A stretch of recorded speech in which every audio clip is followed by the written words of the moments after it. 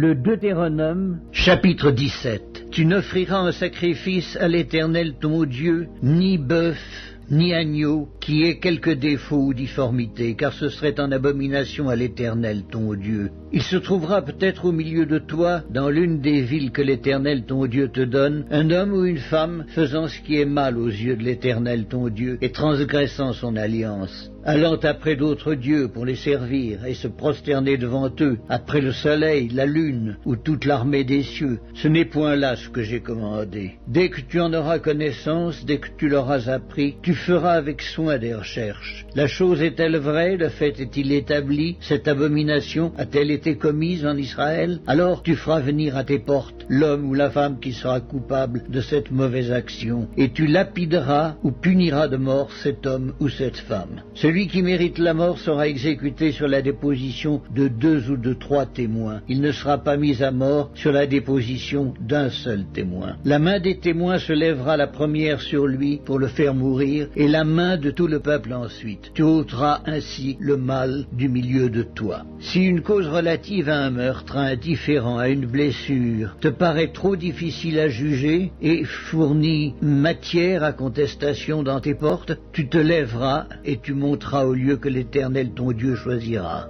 Tu iras vers les sacrificateurs, les Lévites, et vers celui qui remplira alors les fonctions de juge. Tu les consulteras et ils te feront connaître la sentence. Tu te conformeras à ce qu'ils te diront dans le lieu que choisira l'Éternel, et tu auras soin d'agir d'après tout ce qu'ils t'enseigneront. Tu te conformeras à la loi qu'ils t'enseigneront et à la sentence qu'ils auront prononcée. Tu ne te détourneras de ce qu'ils te diront ni à droite ni à gauche. L'homme qui, par orgueil, n'écoutera pas le sacrificateur placé là pour servir l'Éternel ton Dieu, ou qui n'écoutera pas le juge, cet homme sera puni de mort. Tu ôteras ainsi le mal du milieu d'Israël, afin que tout le peuple entende et craigne, et qu'il ne se livre plus à l'orgueil. Lorsque tu seras entré dans le pays que l'Éternel ton Dieu te donne, lorsque tu le posséderas, que tu y auras établi ta demeure, et que tu diras « Je veux mettre un roi sur moi, comme toutes les nations qui m'entourent », tu mettras sur toi un roi que choisira l'Éternel ton Dieu. Tu prendras un roi du milieu de tes frères. Tu ne pourras pas te donner un étranger qui ne soit pas ton frère, mais qu'il n'ait pas un grand nombre de chevaux, et qu'il ne ramène pas le peuple en Égypte pour avoir beaucoup de chevaux. Car l'Éternel vous a dit, vous ne retournerez plus par ce chemin-là. Qu'il n'ait pas un grand nombre de femmes, afin que son cœur ne se détourne point. Qu'il ne fasse pas de grands amas d'argent et d'or. Quand il s'assiera sur le trône de son royaume,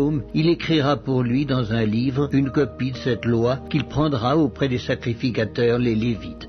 Il devra l'avoir avec lui et y lire tous les jours de sa vie, afin qu'il apprenne à craindre l'Éternel son Dieu, à observer et à mettre en pratique toutes les paroles de cette loi et toutes ses ordonnances, afin que son cœur ne s'élève point au-dessus de ses frères et qu'il ne se détourne de ses commandements ni à droite ni à gauche, afin qu'il prolonge ses jours dans son royaume, lui et ses enfants, au milieu d'Israël.